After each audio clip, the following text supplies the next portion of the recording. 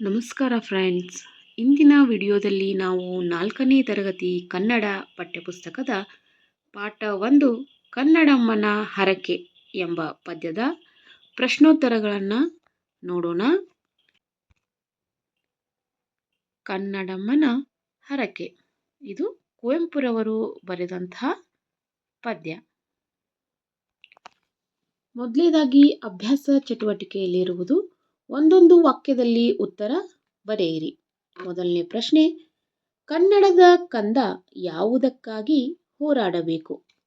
ಉತ್ತರ, ಕನ್ನಡದ ಕಂದ ಕನ್ನಡಕ್ಕಾಗಿ ಹೋರಾಡಬೇಕು.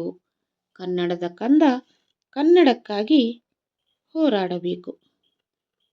ಎರಡನೇ ಪ್ರಶ್ನೆ, ಕನ್ನಡವನ್ನು ಮರೆತರೆ ಯಾರನ್ನು ಮರೆತಂತೆ? ಉತ್ತರ, ಕನ್ನಡವನ್ನು ಮರೆತರೆ ಕನ್ನಡಮ್ಮನನ್ನು ಮರೆತಂತೆ. ಕನ್ನಡವನ್ನು ಮರೆತರೆ ಕನ್ನಡಮ್ಮನನ್ನು ಮರೆತಂತೆ. ಮೂರನೇ ಪ್ರಶ್ನೆ, ಕನ್ನಡದ ಕಂದ ಯಾವುದನ್ನು ಮರೆಯಬಾರದು? ಇದಕ್ಕೆ ಉತ್ತರ, ಕನ್ನಡದ ಕಂದ ಕನ್ನಡಮ್ಮನ ಜೋಗುಳದ ಹರಕೆಯನ್ನು ಮರೆಯಬಾರದು. ಕನ್ನಡದ ಕಂದ ಕನ್ನಡಮ್ಮನ ಜೋಗುಳದ ಹರಕೆಯನ್ನು ಮರೆಯಬಾರದು. ಕನ್ನಡ ನುಡಿಯ ಸೊಗಸನ್ನು ಯಾವುದಕ್ಕೆ ಹೋಲಿಸಲಾಗಿದೆ? ಕನ್ನಡ ನುಡಿಯ ಸೊಗಸನ್ನು ಯಾವುದಕ್ಕೆ ಹೋಲಿಸಲಾಗಿದೆ? ಉತ್ತರ, ಕನ್ನಡ ನುಡಿಯ ಸೊಗಸನ್ನು ತಾಯಿಯ ಅಪ್ಪುಗೆಗೆ ಹೋಲಿಸಲಾಗಿದೆ. ಕನ್ನಡ ನುಡಿಯ ಸೊಗಸನ್ನು ತಾಯಿಯ ಅಪ್ಪುಗೆಗೆ ಹೋಲಿಸಲಾಗಿದೆ. ಇನ್ನು ಮುಂದೆ ಇರೋದು, ಕೊಟ್ಟಿರುವ ಪದಗಳಲ್ಲಿ ಸರಿಯಾದ ಪದ ಆರಿಸಿ ಖಾಲಿ ಸ್ಥಳದಲ್ಲಿ ಬರೆಯಿರಿ. ಮೊದಲನೇ ಪ್ರಶ್ನೆ, ಕನ್ನಡಕ್ಕೆ ಹೋರಾಡು ಕನ್ನಡದ ಡ್ಯಾಶ್. ಇಲ್ಲಿ ಆಯ್ಕೆಗಳು ಇವೆ. ಈ ಆಯ್ಕೆಗಳಲ್ಲಿ ಸರಿಯಾದ ಉತ್ತರವನ್ನು ನಾವು ಆರಿಸಿಕೊಂಡು ಬರೀಬೇಕು. ಇದಕ್ಕೆ ಮೊದಲನೇ ಉತ್ತರ ಕಂದ. ಕನ್ನಡಕ್ಕೆ ಹೋರಾಡು ಕನ್ನಡದ ಕಂದ. ಎರಡನೇ ಪ್ರಶ್ನೆ, ಮರೆತೆಯಾದರೆ ಡ್ಯಾಶ್ ಮರೆತಂತೆ ನನ್ನ. ಉತ್ತರ, ಅಯ್ಯೋ. ಮರೆತೆಯಾದರೆ ಅಯ್ಯೋ ಮರೆತಂತೆ ನನ್ನ. ಮೊಲೆಯ ಹಾಲೆತ್ತಂತೆ ಡ್ಯಾಶ್ ಬಾಯಿಗೆ. ಉತ್ತರ, ಮೊಲೆಯ ಹಾಲೆತ್ತಂತೆ ಸವಿಜೇನು ಬಾಯಿಗೆ. ಹೋರಾಡು ಕನ್ನಡಕ್ಕೆ ಡ್ಯಾಶ್ ರನ್ನ. ಹೋರಾಡು ಕನ್ನಡಕ್ಕೆ ಕಲಿಯಾಗಿರನ್ನ. ಇನ್ನು ಪದ್ಯದಲ್ಲಿ ಬಿಟ್ಟಿರುವ ಮುಂದಿನ ಸಾಲುಗಳನ್ನು ಬರೆಯಿರಿ ಅಂತ ಇದೆ ನೋಡಿ. ದಮ್ಮಯ್ಯ ಕಂದಯ್ಯ ಬೇಡುವೆನು ನಿನ್ನ, ಕನ್ನಡಮ್ಮನ ಹರಕೆ ಮರೆಯದಿರು ಚಿನ್ನ. ಮರೆತೆಯಾದರೆ ಅಯ್ಯೋ ಮರೆತಂತೆ ನನ್ನ, ಹೋರಾಡು ಕನ್ನಡಕ್ಕೆ ಕಲಿಯಾಗಿರನ್ನ. ಇದು ಪದ್ಯದ ಸಾಲುಗಳು. ಇನ್ನು ಭಾಷಾ ಚಟುವಟಿಕೆಯಲ್ಲಿ ಇರುವಂಥದ್ದು, ಮಾದರಿಯಂತೆ ಕೊಟ್ಟಿರುವ ಪದಗಳಿಗೆ ಪ್ರಾಸಪದ ಬರೆಯಿರಿ. ಪ್ರಾಸಪದವನ್ನು ಬರಿಬೇಕು.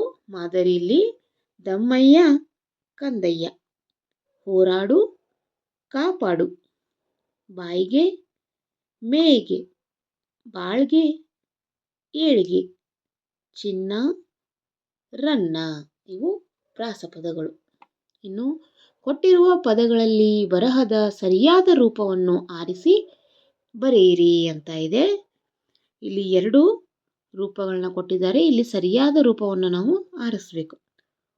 ಹೋರಾಡು ಹೋರಾಡು, ಇಲ್ಲಿ ಸರಿಯಾದ ರೂಪ ಹೋರಾಡು. ಇನ್ನು ಹರಕೆ ಅರಕೆ, ಸರಿಯಾದ ರೂಪ ಹರಕೆ. ಆನಂದ ಆನಂದ, ಸರಿಯಾದ ರೂಪ ಆನಂದ. ಅಯ್ಯೋ ಅಯ್ಯೋ, ಉತ್ತರ ಅಯ್ಯೋ. ಹಾಲು ಹಾಲು, ಸರಿಯಾದ ರೂಪ ಏನು ಬರುತ್ತೆ? ಹಾಲು. ಅಪ್ಪುಗೆ ಹಪ್ಪುಗೆ, ಉತ್ತರ ಅಪ್ಪುಗೆ. ಇನ್ನು ಕೊಟ್ಟಿರುವ ಒತ್ತಕ್ಷರಗಳನ್ನು ಗಮನಿಸಿ ವೃತ್ತದೊಳಗೆ ಸಜಾತಿ ಒತ್ತಕ್ಷರ ಹಾಗೂ ಚೌಕದಲ್ಲಿ ವಿಜಾತಿ ಒತ್ತಕ್ಷರಗಳನ್ನು ಬರೆಯಿರಿ ಅಂತ ಇದೆ.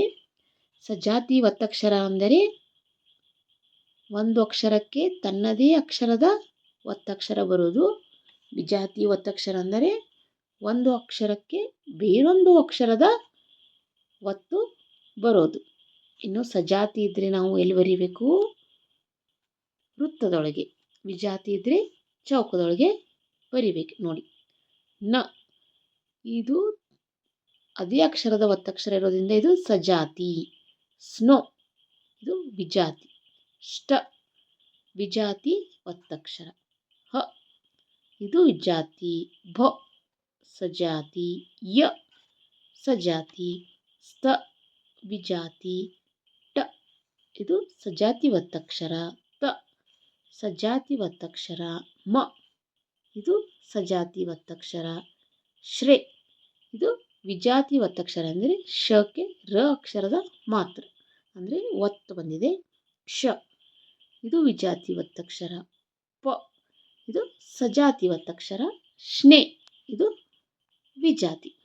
ಇವು ಸಜಾತಿ ವಿಜಾತಿ ಒತ್ತಕ್ಷರಗಳು. ಇದಿಷ್ಟು ಕನ್ನಡಮ್ಮನ ಹರಕೆ ಪದ್ಯದ ಅಭ್ಯಾಸ ಚಟುವಟಿಕೆ, ಹಾಗೆಯೇ ಭಾಷಾ ಚಟುವಟಿಕೆ. ಈ ಮಾಹಿತಿ ಇಷ್ಟ ಆದರೆ ದಯವಿಟ್ಟು ಶೇರ್ ಮಾಡಿ, ಲೈಕ್ ಮಾಡಿ, ಹಾಗೆಯೇ ಸಬ್ಸ್ಕ್ರೈಬ್ ಮಾಡೋದನ್ನು ಮರಿಬೇಡಿ. ಧನ್ಯವಾದಗಳು.